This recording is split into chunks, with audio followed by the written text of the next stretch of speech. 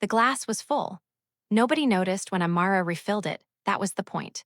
She moved the way shadows moved in well-lit rooms, present, necessary, and completely ignored. She set the water pitcher back on the service table and returned to her chair in the corner, the one nobody had assigned her, and nobody had thought to question. 13 men. One table, 3 languages. And her, in the corner, listening to all of it. Park Jun-ho was talking again. He had the particular voice of a man who had been told he was important by enough people, that he had stopped checking whether it was true. Korean, rapid, full of contempt for the pauses where the translator usually scrambled to keep up. Amara did not scramble. She sat, notepad balanced on her knee, pen moving in small, even strokes, and she let him talk. The Abubakar side is stalling, Junho said, not looking at her. He never looked at her. Tell them their delay is costing everyone in this room money, and if their representative can't communicate that to their principal, we'll find someone who can. The Abubakar side 4 men at the far end of the table. Quaim, their lead negotiator, looking at her with an expression so carefully neutral, it could have been cast from concrete. Amara looked at Quaim. She did not translate what Junho said. She said, in Twi first and then English, he's nervous. The numbers in the Eastern account don't reconcile, and he knows it. Don't concede anything until he shows the corrected ledger. He won't push you on the deadline because he can't afford to. Quaim's expression didn't change. His pen moved once. Tell him, Quaim said in English, that we appreciate the update and are reviewing our position. Amara turned back to Junho. They appreciate the update, she said. They're reviewing their position. Junho looked at her for the first time in 4 hours.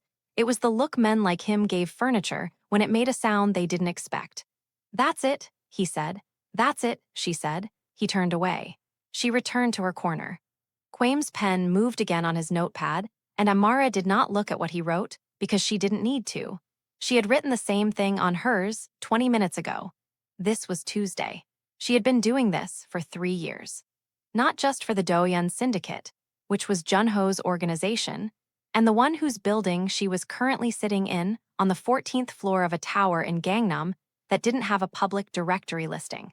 Not just for the Abubakar network, whose principals operated out of 3 cities simultaneously and communicated exclusively through intermediaries they'd vetted across 18 months.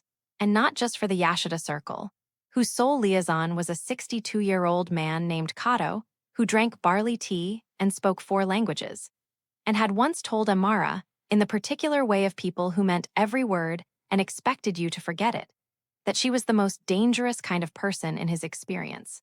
What kind is that? She'd asked. The kind no one is looking at, he'd said. She'd laughed, he hadn't.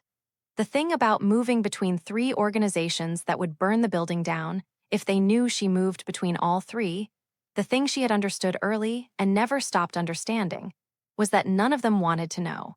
Not really. They wanted results.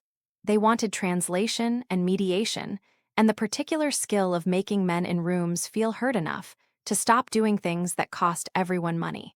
They wanted someone who appeared harmless so that the other side would speak freely. They wanted her to be invisible, so she was. She'd grown up invisible. Accra, then London, then a scholarship to Seoul that her mother had called a miracle, and that Amara had called an opportunity to become someone her mother would never fully understand. She'd studied applied linguistics. She'd minored in conflict resolution. She'd graduated into a city where her particular combination of languages, English, Twi, Korean, conversational Japanese, functional Russian, made her useful to people who could not ask for that usefulness through normal channels. The first organization had found her through a professor who owed a favor. The second had found her through the first, without the first knowing. The third had found her because Kato had a problem that required someone who could sit in a room with Koreans and West Africans simultaneously and make both sides feel they were winning. She hadn't planned it. She wanted to be clear about that, if only to herself in the moments before sleep, when she allowed herself to think about the shape of her life. She hadn't designed this. It had assembled itself around her, the way rivers assembled themselves, finding the path of least resistance, and then becoming, over time, the only path anyone could remember. She had, however, chosen to stay. That was the part she owned. She saw Seo Dohyun for the first time on a Wednesday. She had been in his building 6 times before that. She had translated 3 negotiations his organization was party to, had navigated 2 situations that could have become incidents, had once, quietly, without anyone assigning her the task, corrected a misinterpretation that was 20 minutes from collapsing a deal worth more than the annual revenue of everyone in the room. She had been inside his walls for months. He had no idea she existed. This was not unusual, but she noticed him. That was the part she hadn't planned for either. He came through the 14th floor at 7:43 p.m. on a Wednesday in March, moving the way water moved, without performing its direction. He was tall, dark jacket, no tie. A face that had stopped explaining itself to rooms long ago and simply occupied them. He was on the phone speaking Korean in a register so low, it was almost private. And he crossed the corridor without stopping, without looking at anyone, without any visible awareness that the room had adjusted its breathing the moment he entered it. Amara noticed the room adjusting. She noticed him, not noticing the room. She found that interesting. Most men with that kind of presence were aware of it, performed for it, arranged themselves inside it like it was furniture they owned. This man moved through it, the way you moved through weather, as if power was simply the conditions and not the point. He passed through. The room exhaled. Amara wrote 3 words at the bottom of her notepad. She crossed them out before anyone could see. She went home on the subway, which took 40 minutes, and she bought deedukbaki from the cart at the bottom of her street, and she sat at her kitchen table and looked at the wall and did not think about him. She was very successful at this for approximately 11 minutes. The second time she saw him was not an accident, but she had not arranged it either. A meeting on the 15th floor, a different configuration. This one was between Dohyun's Lieutenant Park Junho and a representative of the Yashida Circle, a young man named Ryu who had been sent specifically because he was new enough to the organization that Kato felt comfortable letting him be seen. Amara was there as the language bridge, which she had been told, which was accurate, which was also only partially the reason she was there. Dohyun appeared 20 minutes in. He sat at the head of the table and said nothing, which meant the meeting rearranged itself immediately around his silence, the way conversation rearranged around a stone dropped in still water. He looked at Ryu. He looked at Junho. He looked at his phone once. Then he looked at Amara. It was a brief look, 3 seconds, the kind of look that was taking inventory rather than introducing itself. Then he looked away. She translated 3 exchanges. She kept her notepad level on her knee. She did not look at him again, because she had learned that the most effective way to manage the particular sensation of being looked at by someone who looked at very few people was to give it no surface to attach to. When the meeting ended, Junho gathered his materials and said to the room, not unkindly, just carelessly, the way people are careless with things they don't think about. Good work. The girl can go. The room processed this in the way rooms process small humiliations, briefly, slightly uncomfortably, and then forward. Ryu gathered his jacket. The assistants moved. Amara closed her notepad, capped her pen, stood. She felt it before she processed it, the small weight of being dismissed, in a language she just spent 40 minutes keeping operational for everyone in the room. The girl can go. She had the notepad under her arm. She had her bag. She was 3 steps from the door. What's your name? She stopped. Dohyun was still at the table. He had not moved. He was looking at her with the same inventory look from before, except this time, it had a question inside it. Amara, she said. He nodded once, the way you nod when a piece of information lands in the right place. You corrected a mistranslation 40 minutes ago, he said. The clause on the Eastern accounts. The word Ryu used meant proposed, not confirmed. You gave Junho the accurate version without breaking the sentence. The room was quiet. I'm a translator, she said. I know what you are, he said. He picked up his phone. The meeting was over. Amara walked out. In the elevator, she pressed the button for the lobby and stood with her bag against her hip and her notepad under her arm and her face doing nothing at all. The doors closed. She breathed. I know what you are. She thought about that for a long time. She thought about the 2 things it could mean. She thought about which one frightened her more. She decided they frightened her equally. She went home and ate the rest of her deedukbaki cold from the container and stared at the wall, and this time, she did not cross anything out. Before this gets darker, And it gets so much darker, subscribe. Because what Dohyun is about to find out didn't come from surveillance. It didn't come from his intelligence network. It came from her, and she gave it to him on purpose. You need to understand why. The first time he called her directly, she didn't answer. Not because she was afraid. Because she needed 12 seconds to make a decision she had been postponing for 3 years. And she needed to make it alone in her kitchen with the phone face up on the table and her hands wrapped around a cup of tea she had stopped tasting. She had built her life on being invisible to people who would be dangerous if they saw her clearly. Dohyun was the most dangerous version of that problem because he was already looking, and he was the kind of man who, once he began looking, did not stop. She picked up on the fourth call. I have a meeting Thursday, he said, no introduction. Abubakar sighed, I want you in the room. I'm already contracted to the Abubakar side for Thursday, she said. Silence.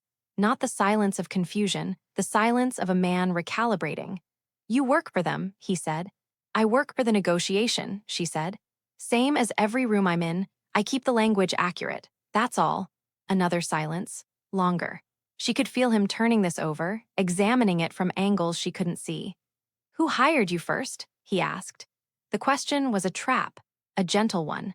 Precisely constructed, offered in a voice so level it almost sounded incurious. A professor I studied under, she said. He made an introduction, I built the rest. To which organization? To the work, she said. The pause that followed had a different texture. It was the pause of someone deciding how much to push and choosing for now not to. Thursday, he said. Be in the room? I'll be there, she said. She set the phone down, she looked at her hands. They were steady. This was not surprising. Her hands were always steady.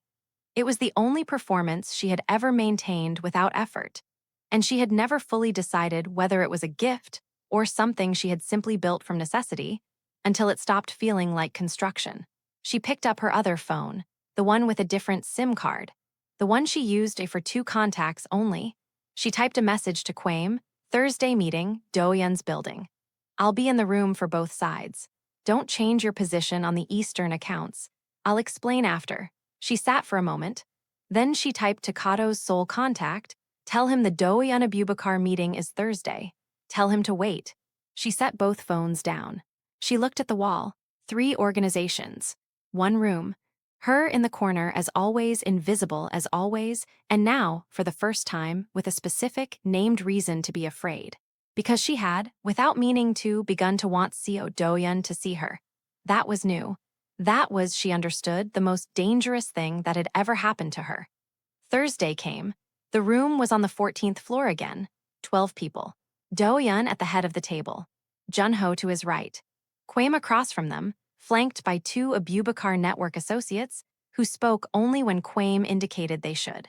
Ryu unexpectedly at the far end, which meant Kato had made a move she hadn't anticipated, which was a problem she noted and filed for later.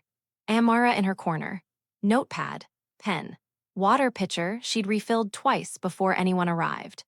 The meeting was about territory, specifically, a shipping corridor through 3 ports, whose routing had become contested after a change in the Abubakar network's infrastructure contacts.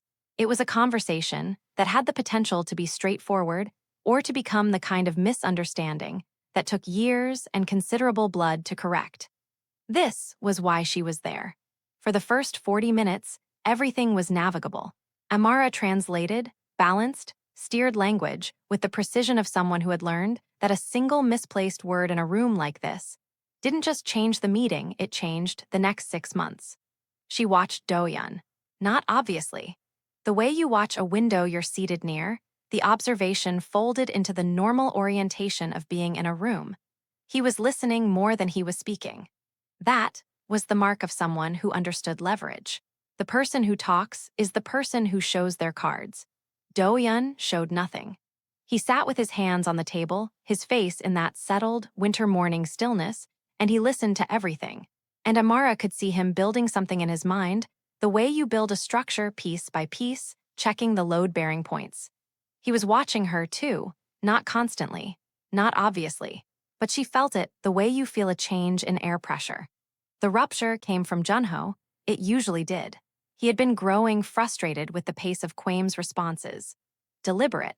measured, each one clearly considered before delivery, which was the correct strategy, and which was also, to Junho, an irritant he had never developed the patience to manage, without eventually making someone in the room smaller, to compensate. "This is taking too long," he said. "Tell them to stop performing consideration and give us a straight answer." Amara translated the sentiment. She removed the contempt. She said, "They're noting that the timeline is a concern and would welcome a more direct response when the reviewing side is ready." Quame's expression didn't flicker. He began to speak. Junho cut in. "Did you translate what I said?" "I translated your meaning," Amara said. "I didn't ask for your interpretation. I said what I said. Translate it." The room went quiet. Not the productive quiet of a negotiation resetting, the specific, held breath quiet of a room waiting to see if something is about to become a problem. Amara looked at Junho. Her face completely empty, not difficult. She had been keeping her face empty in rooms like this for 3 years. "If I translate your exact words," she said quietly, "this meeting ends in the next 4 minutes. You'll spend the next 2 months rebuilding trust you don't currently have the infrastructure to replace." A pause. "I'm telling you this because it's my job to keep the language accurate.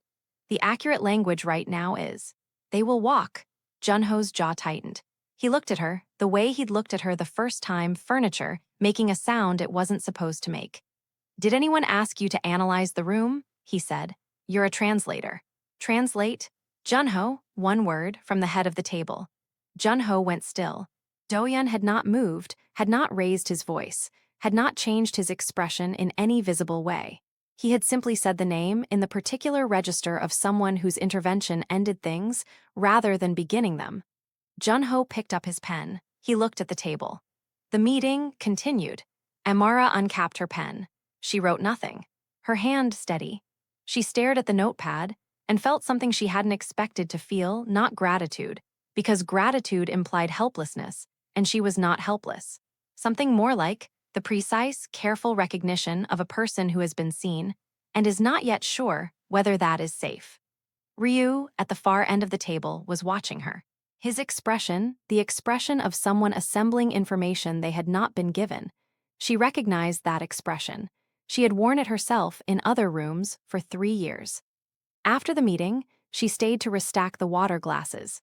Not her job, she did it anyway. The motion gave her something to orient toward while she ran through the next 48 hours in her mind. Ryu had seen too much. He would report to Kato. Kato would understand what it meant that she had been in this room on this side of the table for reasons that were not solely translational. Kato was not a man who punished immediately. He was a man who cataloged. The Abubakar side had departed smoothly. Quame had looked at her on his way out with an expression she'd learned to read 3 years ago. It meant, "We're fine, and you know where to find me when you need to explain this." The Dohyun people were filing out. She was restacking the second row of glasses when she heard footsteps stop behind her. "You let him speak to you like that," Dohyun said. She did not turn around. "He's your lieutenant. It's not my place to correct him in front of your people." "You corrected him." "I redirected the meeting, that's different." A pause. She heard him move, not closer, just shifting his weight. The quality of his silences, specific. This one, thinking. "You told him the Abubakar side would walk," he said. "They would have. You told him that in front of them. He wasn't listening any other way." Another pause. She finished the second row of glasses, moved to the third. Her hands, same pace. No performance, no access to anything else.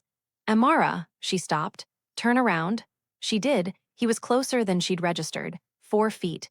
Jacket open, hands at his sides.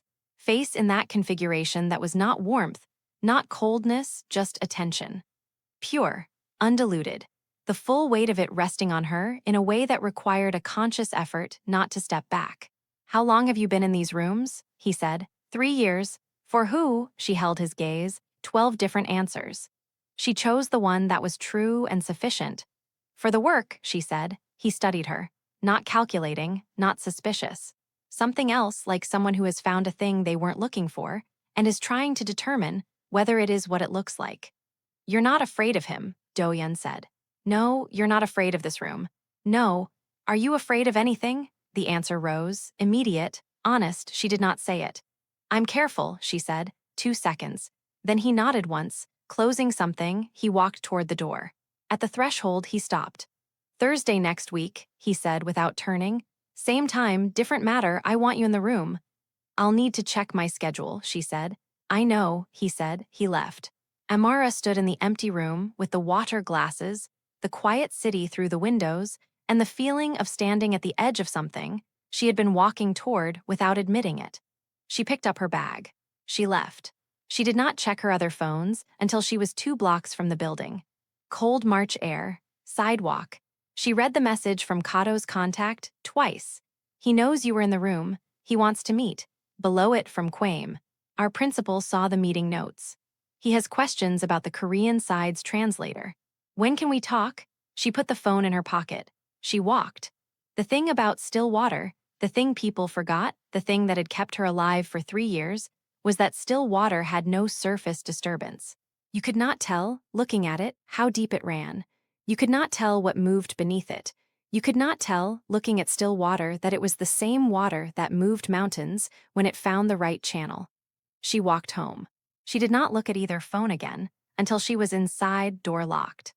Then she sat at her kitchen table, and she thought about Seo Dohyun's face. When he said, I know what you are, and she made a decision she should have made 6 months ago, or the moment she first walked into his building, or maybe before any of it. The decision that the shape she had built her life into was about to be tested. And the only question left was whether she would control the test or be controlled by it. She opened her notepad to a clean page. She wrote 3 names at the top: Dohyun, Kwame, Kato. Below that, she drew 3 lines, converging at a single point. She looked at the point. Then she picked up her phone and she called Dohyun back. Subscribe right now, because what she's about to do, what she decides to give him, and what she decides to keep, is going to rewrite every assumption every man in 3 organizations has made about who she is. And when it breaks open all at once. She told him she was available Thursday. She did not tell him she had spent 40 minutes at her kitchen table deciding which version of herself to bring into the room. She did not tell him that the call felt like stepping off a ledge she had been standing on the edge of for 3 years, and that the sensation was not falling, it was flight, and she was not yet sure those were different things. She showed up Thursday in the same clothes she always wore, dark slacks, a cream blouse, flat shoes, her hair natural pulled back, notepad, pen, the water pitcher she'd come to think of as hers by habit. The meeting was small. Just Dohyun, one associate she didn't recognize, and a man named Director Shin from the financial side of the Dohyun operation, a side she'd never interfaced with directly. No Junho. She noticed this. She filed it.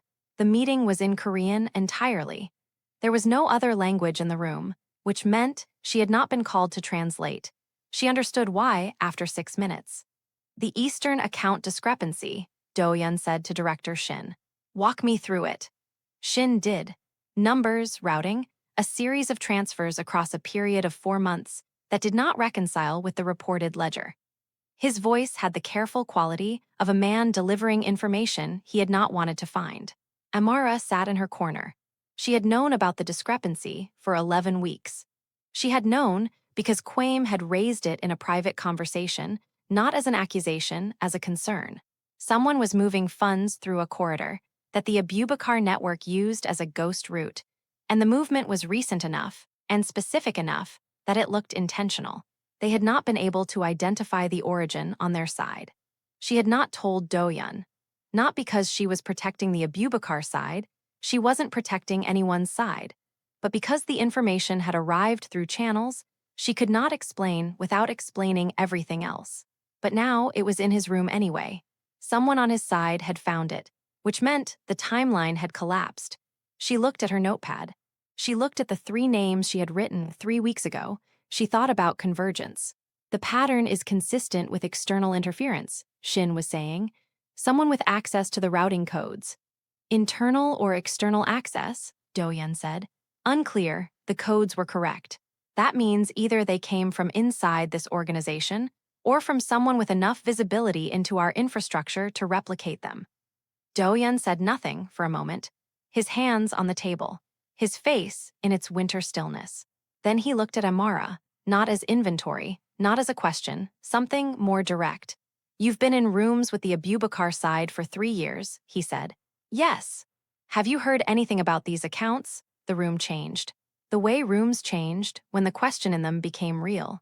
She held his gaze. She thought about the 11 weeks. She thought about Quame's message.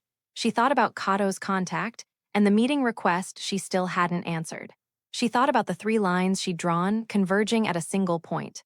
Yes, she said. Director Shin went very still.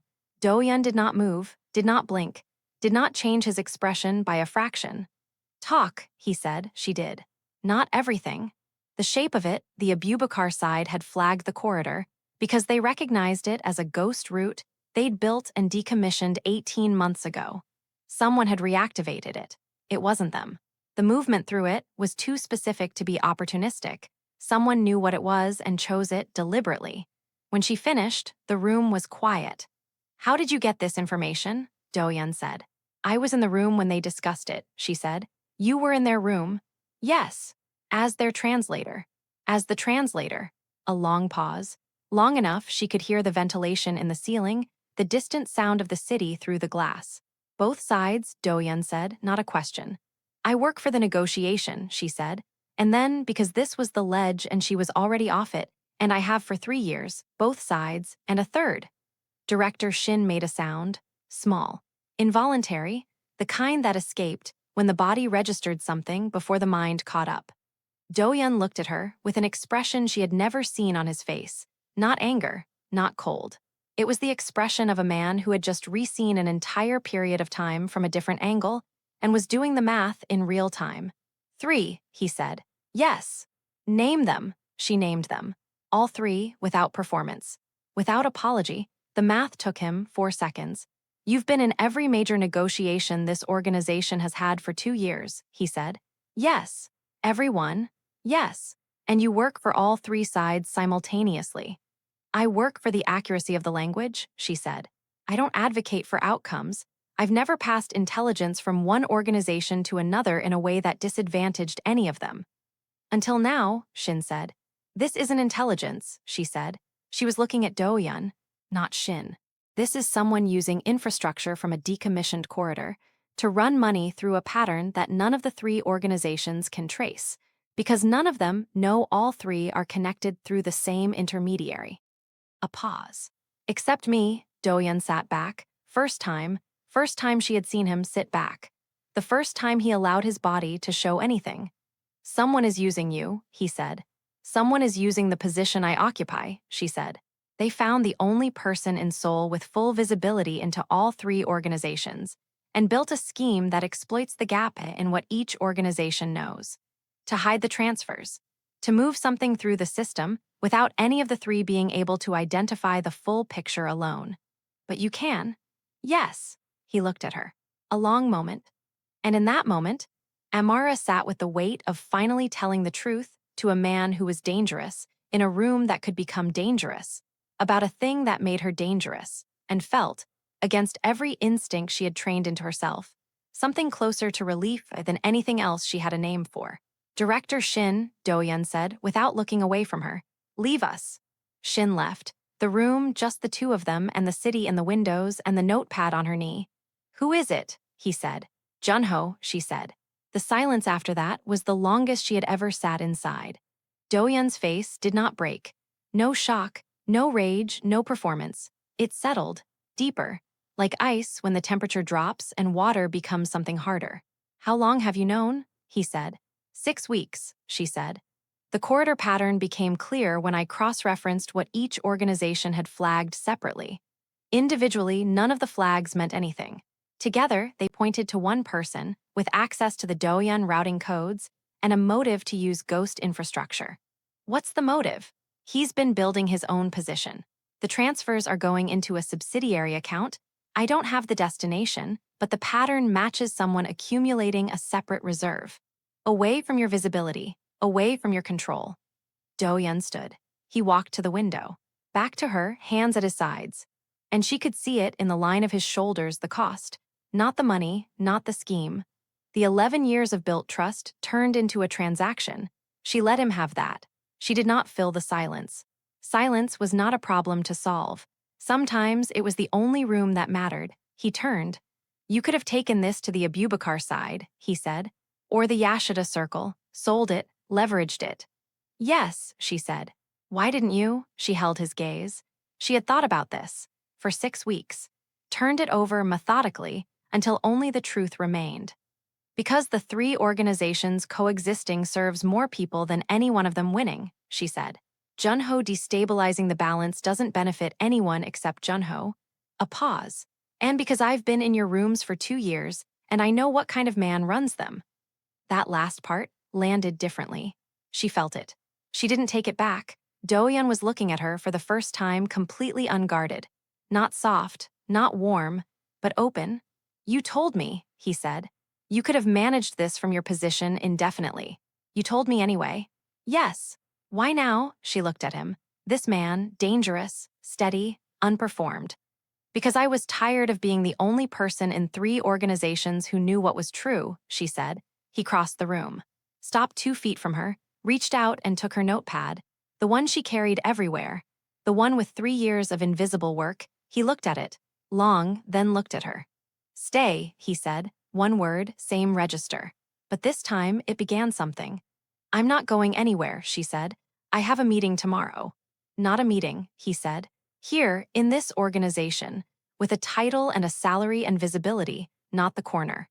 Not the notepad. He set it down between them. I want you in the actual room. She looked at the notepad, thought about the corner. 3 years of still water, how deep it ran. I'll need to renegotiate my arrangements with the other 2 sides, she said. I know, he said. Kato won't make that simple. I know, a beat. I'll be in the room. She looked at him, the ledge again, but she was already flying. Okay, she said. Junho was arrested 3 days later. Not publicly, not loudly. The kind of arrest that happened in private. Documentation built for 6 weeks by a woman in a corner who had been watching accurately the entire time. The funds were recovered. The subsidiary account traced. The damage corrected. The Abubakar network sent a formal communication through Quaim, acknowledging the resolution, expressing appreciation, in careful language. Kato sent 1 line, she was right, she usually is. 6 months later. Amara had an office now, small, still in the corner, her choice. Corners were where she thought best, but now it had a window, a nameplate, a chair across from her desk. People came to her now, with problems, with language, with rooms they couldn't control. Because she understood something most people never learned, that language was architecture. And the one who controlled the language controlled the room. She still carried the notepad. New one, first page, 3 names, but the lines no longer converged. They ran parallel now, separate, stable. Dohyun came to her office on a Tuesday evening. He did not knock, not rudeness. Just the way he moved through space. She had stopped resisting it, started understanding it. He sat across from her, looked at the notepad. What are you working on? He said. The Yashida meeting on Friday, she said. Kato is sending someone new. I want to know who before they walk in. Smart, he said. She kept writing, he stayed. Quiet, present, not filling space, just there. After a while, she set the pen down, looked at him. You still haven't asked me something, she said. He looked back, he knew. I'm not asking, he said. I know. What do you know? That you chose this, he said. That you've been choosing it for a long time. That the night you called me back, it wasn't because I asked. A pause. It was because you decided. She looked at him, her office, her corner, her window, her notepad still full. Yes, she said. He reached across the desk, picked up the notepad, turned to a clean page, picked up her pen, wrote 2 words in Korean, set it back down. She looked. Still here, she looked at him. He wasn't smiling, he never smiled like that. But his face, open, directed at her, fully. Still here, she said softly. Then she picked up the pen and kept working. And he stayed in the chair across from her desk in her corner, in her office, in the space she had built, from 3 years of being the only person in every room who knew the full truth. And the city outside kept going. And the still water ran deep. And nobody, not a single person who had ever looked through her, in any room she had ever sat in, could have told you, looking at her now, how long she had been moving.